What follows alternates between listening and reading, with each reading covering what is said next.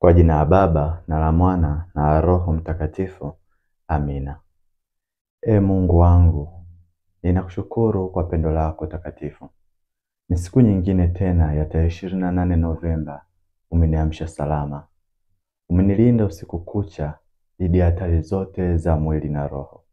Umenitunza salama salmini chini ya mwavuli wako wa upendo. Umeniamsha salama, ishara ya kuwa bado unanipenda na wataka nizidi kutenda kazi yako. Na kuomba Mungu, uibariki siku nzima ya leo, ipate kujawa na upendo wako.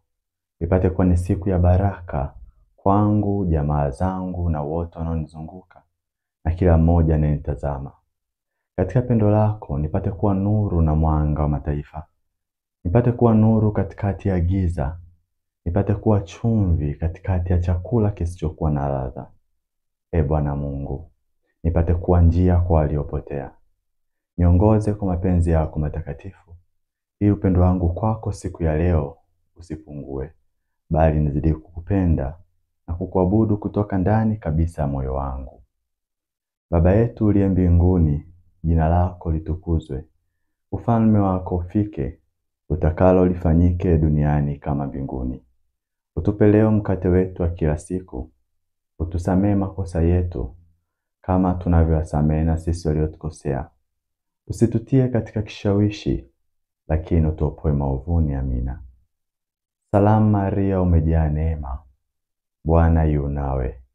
Umebarikiwa kuliko wanawake wote, na Yesu mzao wa tumbo lako amebarikiwa.